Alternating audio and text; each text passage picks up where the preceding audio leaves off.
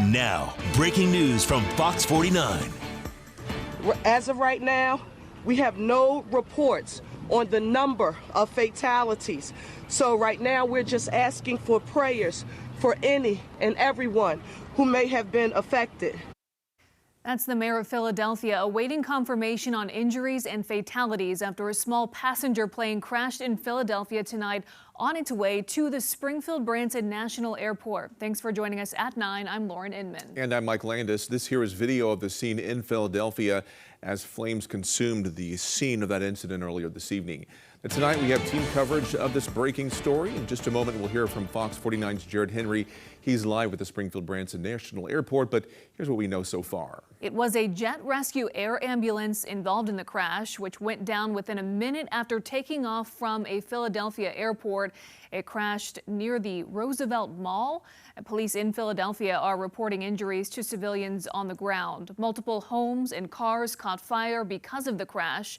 No word yet on damage to any large businesses. Fox 49's Jared Henry is live at Springfield Branson National Airport tonight, getting the updates. Jared, what have you found out so far? Yeah, the airline jet rescue sent out a statement after the crash saying that there were 6 people on the plane at the time of the crash. 4 of those were crew and 2 of them were passengers, one of those passengers being a pediatric patient. Now, I spent the evening calling local organizations trying to figure out why that plane was heading to Springfield. I wasn't able to find anything out, with both the major hospitals in the area saying to me that they do not know anything about the crash, and I also called local charter companies near the airport, and they also didn't know anything about it. Now, I did speak with one woman who got off of a plane at around 8 p.m. who just found out about the crash, and she tells me that she isn't afraid of flying. I feel bad for the people that have been lost and for their families, and condolences and stuff, but I mean, it's not going to prevent me from flying. And Jared, obviously, we're seeing very dramatic footage out of Philadelphia. Fireball in the sky, essentially. It's a stark contrast to a quiet parking lot there at SGF. Have there been any major impacts to flights in or out of Springfield, or any interruptions of the general operations there at the airport? No, Lauren, it really is just business as usual here. And the plane that was coming to Springfield, it was going to land at General Aviation, which is not at the terminal right behind me. So all the flights at this terminal going in and out really are still on time.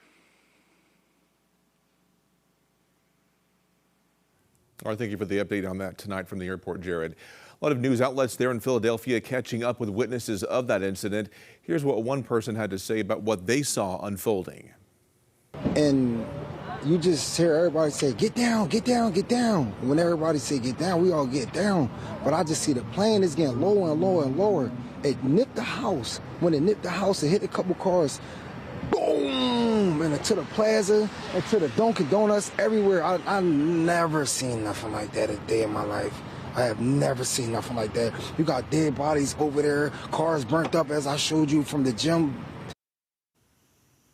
Another witness describes what he saw at the scene of the crash shortly after it happened. Somber, concerning. They're trying to keep people back because we heard the gas lines were at risk. I haven't seen an after explosion yet. Have you smelled anything, seen smoke since this happened? We saw a lot of smoke and we saw fire down there. And we're getting more footage from home security cameras that also caught the crash.